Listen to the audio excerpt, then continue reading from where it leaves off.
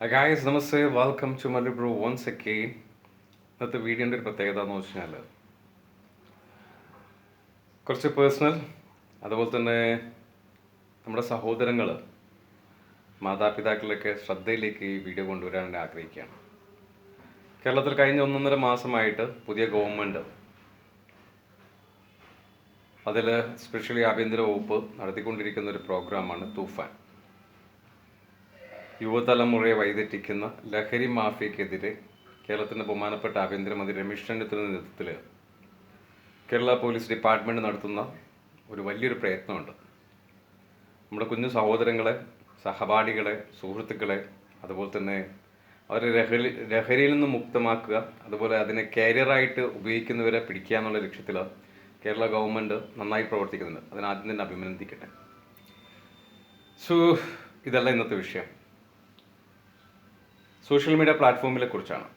Social media പ്ലാറ്റ്ഫോമിൻ്റെ പോക്ക് എങ്ങോട്ടാണെന്ന് ഒരു കുട്ടിക്കും പ്രെഡിക്റ്റ് ചെയ്യാൻ പറ്റാത്ത രീതിയിലേക്കാണ് കാര്യങ്ങൾ പോകുന്നത്.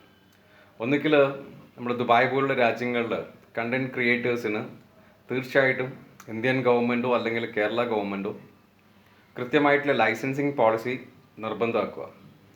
നിങ്ങളൊരു കണ്ടൻറ് ക്രിയേറ്റർ ആണെങ്കിൽ ഇന്ന ടോപ്പിക്കിൽ മാത്രം നിങ്ങൾക്ക് ഇതിനകത്ത് വാർത്ത നൽകാൻ പാടുള്ളൂ, അല്ലെങ്കിൽ ഇന്ന കാര്യങ്ങൾ മാത്രമേ ചെയ്യാവുള്ളൂ.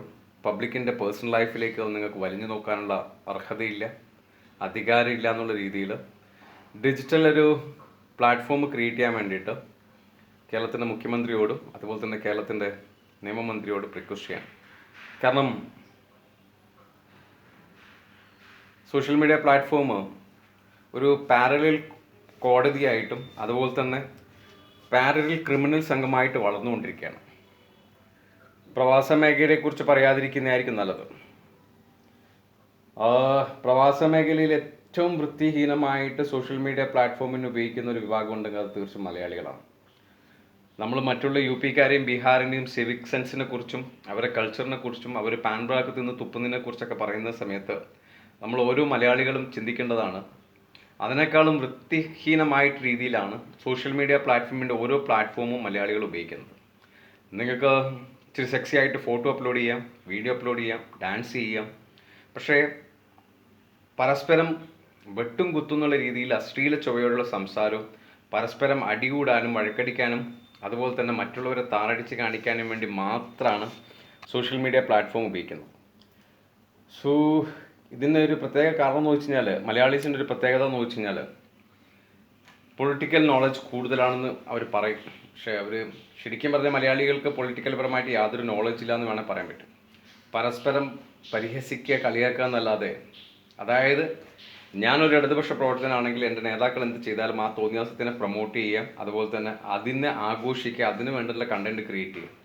ഓപ്പോസിറ്റ് സൈഡ് ഒരു BJP-കാരനോ കോൺഗ്രസ്സുകാരനാണെങ്കിൽ അവരുടെ നേതാക്കൾ എന്ത് ചെയ്ത് കഴിഞ്ഞാലും അതിനെ പ്രോത്സാഹിപ്പിക്കുക എന്നുള്ള ഒരൊറ്റ ലക്ഷ്യം മാത്രമേ ഉള്ളൂ. അതിന് പൊളിറ്റിക്കൽ നോളജ് ഒന്നും പറയത്തില്ല, അതിന് വിവരമില്ലായ്മ തന്നെ പറയേണ്ടി വരും.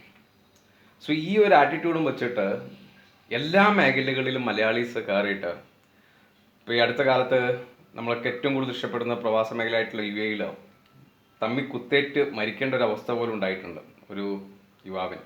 അദ്ദേഹത്തിൻ്റെ കുടുംബത്തിൻ്റെ ദുഃഖത്തിൽ നമുക്ക് എല്ലാവർക്കും പങ്കുചേരാം. മാത്രമല്ല, ഇപ്പോൾ ഈ അടുത്ത കാലത്തായിട്ട് തൊപ്പിയുടെ ഒരു ഇഷ്യൂസ് കേരളത്തിൽ നടന്നു. അവരെ കൂട്ടുകാർ തമ്മിലൊരു ബ്ലാക്ക് മെയിലിൻ്റെ ഒരു കോൺസ്പിറൻസി അവിടെ കണ്ടു.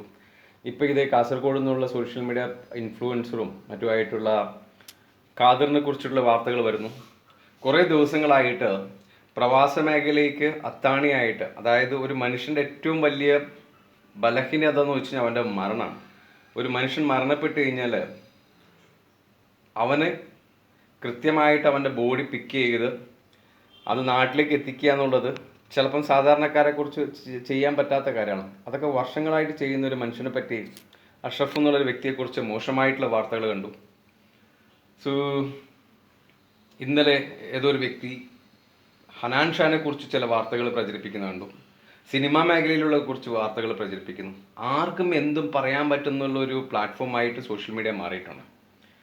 അപ്പോൾ ഇതിനൊരു കടിഞ്ഞാണിടുക, സോഷ്യൽ മീഡിയക്കാർ വിചാരിച്ചാൽ ചിലരെ ജീവിതം തകർക്കാൻ പറ്റുന്ന രീതിയിലേക്ക് കാര്യങ്ങൾ പോവാണ്. ഇതും ഒരു ശരിക്കും പറഞ്ഞാൽ ഗുണ്ട മാഫിയ സംഘമായിട്ട് വളർന്നുകൊണ്ടിരിക്കുകയാണ്.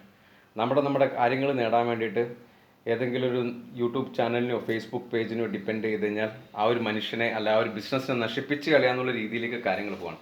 അപ്പോൾ തീർച്ചയായിട്ടും ബഹുമാനപ്പെട്ട കേരള മുഖ്യമന്ത്രിയുടെ ശ്രദ്ധയിലും അതുപോലെ തന്നെ കേരളത്തിൻ്റെ നിയമമന്ത്രിയുടെ ശ്രദ്ധയിലും പെടുത്തുകയാണ്. UAE അതിനൊറ്റൊരു നല്ലൊരു മാതൃകയാണ്. ഡിജിറ്റൽ കണ്ടന്റ് ക്രിയേറ്റ് ചെയ്യുന്ന ഒരു വ്യക്തികൾ കൃത്യമായിട്ടുള്ള ഒരു രജിസ്ട്രേഷൻ പ്രോസസ്സിലേക്ക് പോയി ഇന്ന കാര്യങ്ങൾ മാത്രമേ ചെയ്യാവുള്ളൂ. പബ്ലിക്കിൻ്റെ അറിവോ സമ്മതമോ ഇല്ലാത്ത രീതിയിൽ അവരെക്കുറിച്ച് എന്തെങ്കിലും മോശമായിട്ട് പ്രചരിപ്പിക്കുകയോ നൽകുകയാണെങ്കിൽ അതിന് കൃത്യമായിട്ടുള്ള ഒരു പണിഷ്മെൻറ്റ് സ്കീമും കൂടെ കൊണ്ടുവരികയാണെങ്കിൽ മാത്രമേ ഇതിനെ കടിഞ്ഞാണ്. അതിനിപ്പം പല പാർട്ടികളും എതിരഭിപ്രായപ്പെടും. ഗവൺമെൻറ്റിൻ്റെ കടിഞ്ഞാൺ കൈകയറ്റെന്നൊക്കെ പറയും. പറയുന്നവർ അവിടെ നിന്ന് പറഞ്ഞോട്ടെ. ഇവിടെ കേരളത്തിൽ തുള്ളിച്ചാടി നടക്കുന്ന മനുഷ്യൻ ദുബായിൽ ഇറങ്ങിക്കഴിഞ്ഞാൽ വാലും ചുരുട്ടി അവിടുത്തെ നിയമം അനുസരിച്ച് ജീവിക്കുന്നുണ്ടെങ്കിൽ നമ്മുടെ നാട്ടിലും ഇതൊക്കെ പറ്റും.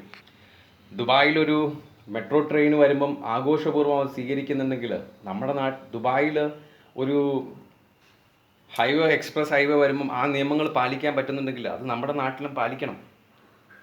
അങ്ങനെ പാലിച്ചു കഴിഞ്ഞാലാണ് എല്ലാവർക്കും സന്തോഷമായിട്ട് പോവുക. അല്ലാതെ മറ്റുള്ള രാജ്യങ്ങൾ ചെയ്യുന്ന കാര്യങ്ങൾ നമ്മൾ സന്തോഷപൂർവ്വം സ്വീകരിച്ചിട്ട് നമ്മുടെ സ്വന്തം നാട്ടിൽ ഇതൊന്നും പാടില്ല എന്നുള്ള മെൻറ്റാലിറ്റിയിൽ നിൽക്കുന്നവരോട് അല്ല. അപ്പോഴാണ് സിവിക് സെൻസ് വളർന്നു വരികയെന്നേ പുതുതലമുറയ്ക്കും. അപ്പം അതുകൊണ്ട് ഇതിനൊരു ശ്രദ്ധ ക്ഷണിക്കലിന് ഞാനിവിടെ ചെറിയൊരു വീഡിയോ പോസ്റ്റ് ചെയ്യും.